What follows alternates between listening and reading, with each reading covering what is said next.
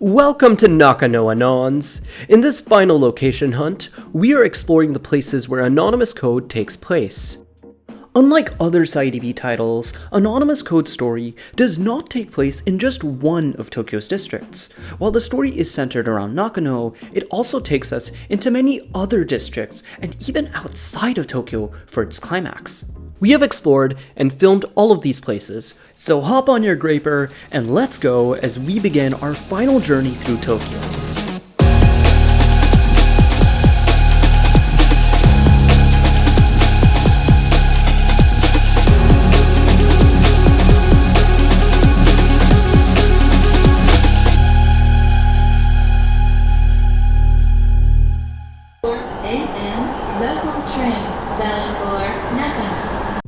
Before we begin, we'd like to mention that a full map and detailed guide showing you how to reach all of these locations featured in this video is available on our website.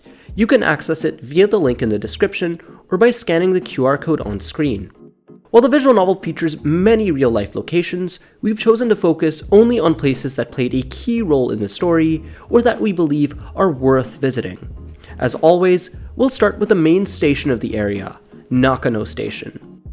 Served by JR's Chuo-Sobu Line, the Chuo Line, and Tokyo Metro's Tozai Line, the district is well connected to the rest of Tokyo. Like almost every station in Tokyo that we have visited, it is going through a major overhaul, so it can be a bit confusing to navigate. However, if you leave through its south exit, you will arrive right in front of Oz's office. The building is actually a recording studio called Rinky Dink Studio, where you can rent studio space and equipment. Walking further west from the office, you'll reach Kakoimomozono Park, where Polon and Momo drink milk before Graham shows up in Chapter 1.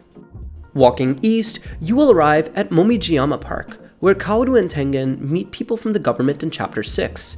You can see a steam locomotive in the background art, which is actually real. You can walk onto a small platform and check out the locomotive up close.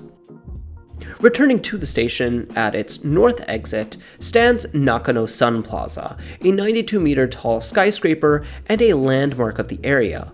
Built in 1973, it housed a hotel and concert hall that hosted artists such as Kraftwerk, Iron Maiden, U2, and Nirvana. However, the building closed in 2023 and was expected to be demolished and replaced by a 250-meter tall skyscraper. The project was abandoned a year later due to rising construction costs and protests by locals. Nakano Town Hall is currently exploring options for the building, so its future remains uncertain. Walking west from the Sun Plaza building brings you to Nakano Shikinomori Park. This park was featured several times in the game. For example, where Polon takes Momo on a date and where the Cyber Police dolls host their concert.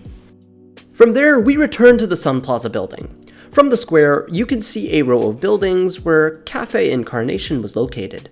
This is the cafe that Polon visits during the first chapter of the game. A small passageway between the buildings will lead you into Nakano Sun Mall.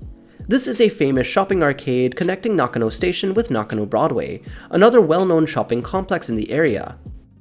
Nakano Broadway was originally built in 1966, and much of its design remains unchanged from its original construction. It is often cited as an example of Showa-era architecture. The Sun Mall portion was added later, as it originally started as a regular shopping street and was eventually upgraded with a roof. The current design of Sun Mall dates from 1998. Both shopping areas are full of interesting restaurants and shops selling almost everything imaginable. East of Nakano Broadway once stood Hotel World Kaikan, which in the game served as the base of the Nakano Symphonies. The building originally operated as a hotel in the early 1970s before evolving into a dense mix of small bars, shops, and entertainment spaces. Over time, its aging facade, narrow corridors, and labyrinth-like structure earned it comparisons to Kowloon Walled City and made it a local landmark. By the early 2020s, the building had largely closed, and demolition began around 2024. A new building, called Nakano World Hotel, has since been constructed. Before its demolition, World Kaikan also became the subject of internet urban legends, with bloggers describing it as haunted or cursed.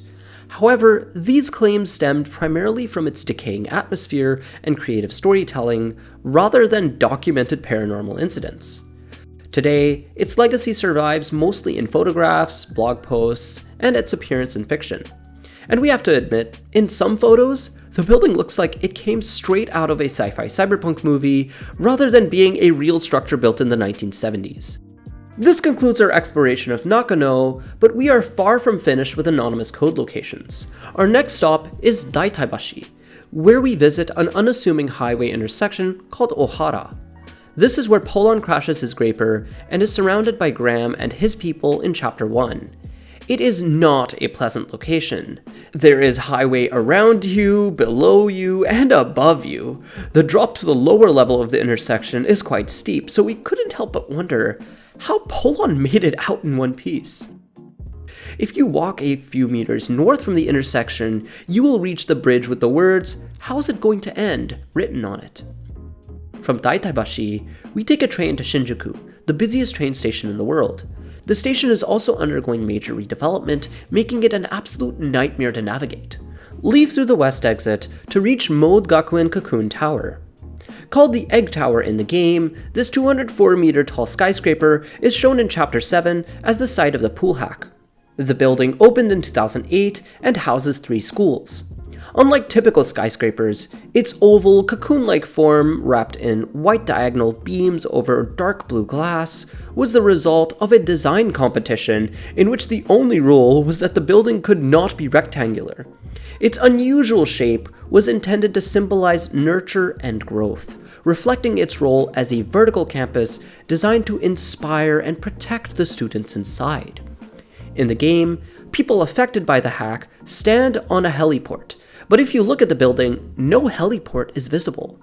Because high-rise buildings in Tokyo are required to provide aerial emergency access, this design includes a retractable roof section that opens to form a roughly 10 by 10 meter helipad. This roof section is operated by hydraulic jacks and can open in around 8 minutes at the request of the Tokyo Fire Department. We are now leaving Shinjuku and heading one stop south to check out the NTT Docomo Yoyogi building. In Chapter 7, Wind climbs up the building to reach the clock at the top. At 240 meters tall, it is currently the 2nd tallest clock tower in the world and the 9th tallest building in Tokyo. We're moving one more stop on the Chuo-Sobu line, this time to Sendagaya, to see the Japan National Stadium. This building appears several times in the game, most notably in Chapter 2 after Polon stops the high hack. The stadium was built as the main venue for the 2020 Tokyo Olympics. Taking the Toei Oedo line from here brings you to Roppongi to see Mori Tower, shown in Chapter 4. This is where Polon visits Jin and is later chased by hackers. He eventually stops in front of Mori Tower to make a speech, and we have to admit, it's a pretty great place for a dramatic speech. At the end of the chapter, Polon briefly visits Shibuya, where we see background art of the Shibuya Scramble crossing. We have already made 2 videos about Shibuya, so if you're interested, be sure to check out our Chaos Head and Chaos Child videos. The final batch of Tokyo locations is in Odaiba, an artificial island in Tokyo Bay connected by the famous Rainbow Bridge and the Tokyo Port Tunnel. It was largely developed in the 1990s with commercial and residential buildings. A strong emphasis was placed on tourism and cultural venues, resulting in several large hotels, the Tokyo Big Sight Convention Center, Toyota Arena, and a cruise terminal. It is one of the few places in Tokyo where you can access the waterfront without it being blocked by industry or harbor facilities. Probably the best way to reach the island is by taking the Yurikamome monorail, which crosses the Rainbow Bridge. Since the monorail is fully automated, there is plenty of seating at the front to enjoy the view. Odaiba is first mentioned in Chapter 2, where if the player fails to save Flight 302, the plane crashes on the island. Later, Polon and Momo visit the Seaside Park in front of Aomi Station several times. It is eventually revealed that the GAI Institute headquarters is also located in Odaiba. In Chapter 9, Polon and Momo try to escape from Odaiba back to Nakano by walking to the mainland through the Tokyo Port Tunnel. You can get a good view of the tunnel entrance from the Yurikamome monorail between Odaiba Station and Tokyo International Cruise Terminal Station. Odaiba Station is also notable for its excellent view of Tokyo with the Rainbow Bridge in front. We had a great time in Odaiba, and if the weather had been warmer, it would have been an even nicer place to explore. If you're visiting in summer, definitely consider Odaiba. It has pleasant parks, great views, and even a beach where you can take a dip in the sea. The last location we show in Tokyo is Haneda Airport, which appears in Chapter 1. It is the airport to which Momo is taken after being captured by the Holy Office. It feels poetic that the final location of our journey matches the last place we visited in Japan. It is now time to leave. But hold on! The final chapter of Anonymous Code features several important locations we haven't mentioned yet. They're not in Tokyo. They're not even in Japan. It wouldn't feel right to end the video without exploring the place where the game's climax unfolds. That's right. Welcome to Rome.